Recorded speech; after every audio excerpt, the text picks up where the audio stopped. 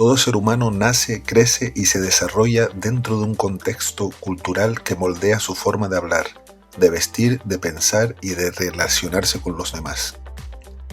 Dios mismo, al hacerse hombre en la persona de Jesucristo, se hizo cultural. Tuvo que encarnarse en una época específica de la historia, dentro de una nación con costumbres, lengua y tradiciones propias. Jesús vistió las ropas de su tiempo, habló en arameo, participó en fiestas judías, comió la comida de su pueblo y utilizó expresiones y parábolas comprensibles para su audiencia.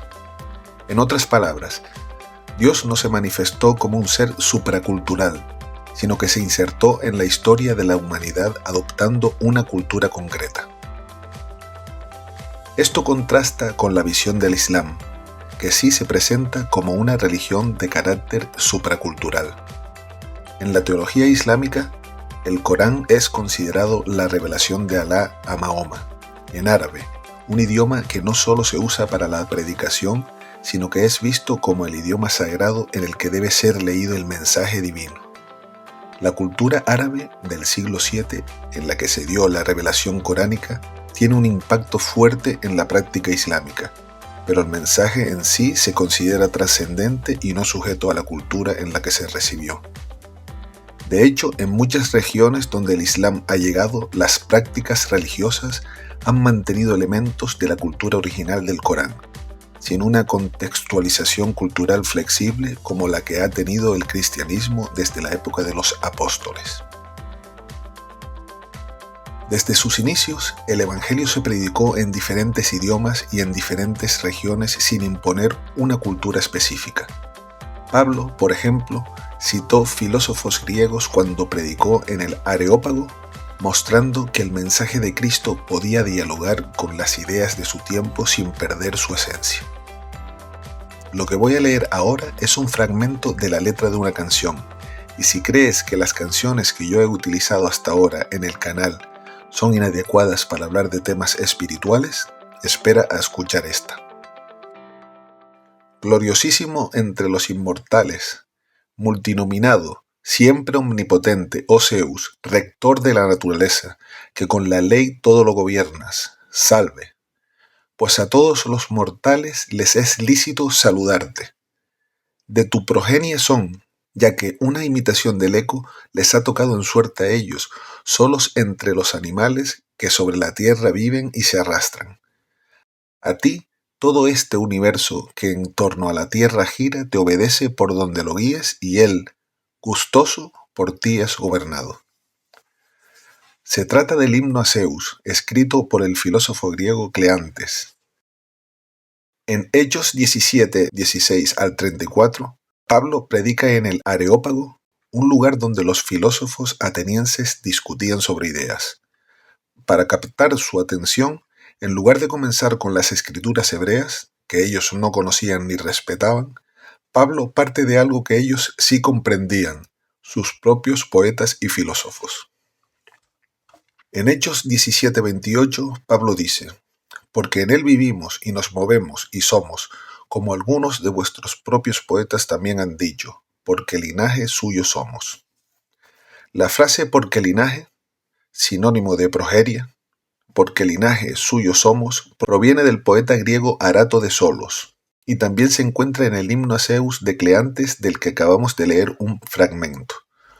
Pablo usa esta cita pagana para conectar con su audiencia y llevarlos al Dios verdadero. Y esto es lo espectacular en Pablo. Él se adapta a su audiencia.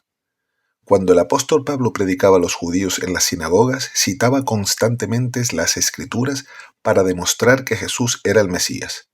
Su audiencia ya tenía un trasfondo en la ley y los profetas, lo que les permitía comprender las referencias y conectar las profecías con la persona de Cristo. Pero cuando Pablo se encontró en el Areópago, en medio de una audiencia mayormente gentil, todo fue completamente diferente. En ese discurso no citó ni una sola vez el Antiguo Testamento. En lugar de ello, utilizó un enfoque cultural, comenzando con una observación sobre la religiosidad de los atenienses y su altar al Dios no conocido. Luego presentó la verdad del Dios verdadero nuevamente sin recurrir a las escrituras, sino apelando a conceptos que los griegos pudieran comprender. Incluso citó a poetas paganos como acabamos de leer. Usar una canción secular o una frase célebre de un pensador para transmitir el mensaje es lo que algunos cristianos rechazan citando versículos como "No os conforméis a este mundo". Pero si Pablo, inspirado por el Espíritu Santo, pudo usar literatura pagana para llevar a Cristo, entonces es bueno usar elementos culturales contemporáneos, como canciones, películas o filosofía, para el mismo fin. Lo importante es que la verdad bíblica sea el mensaje central. ¿Es esto conformarse a este mundo? No. Conformarse a este mundo en términos bíblicos significa adoptar su pecado, no usar su cultura como un punto de conexión. Pablo no aceptó la idolatría griega, sino que la usó como un trampolín para presentar a Cristo. De la misma manera, un cristiano puede usar canciones, películas o filosofía para explicar el Evangelio sin comprometer la verdad.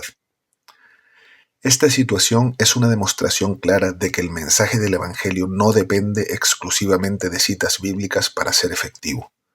Pablo no cambió el mensaje, sino la manera de comunicarlo. Entendió que los atenienses no tenían el mismo punto de referencia que los judíos y por lo tanto utilizó elementos de su propia cultura para conducirlos hacia la verdad de Dios. Tristemente, aunque este principio sigue siendo vigente, muchos cristianos estarán dispuestos a condenar a sus hermanos que están intentando ser luz no a pesar de la cultura, sino a través de la cultura como lo hizo Jesús. Hay personas que no han sido expuestas a la Biblia o que tienen prejuicios contra ella.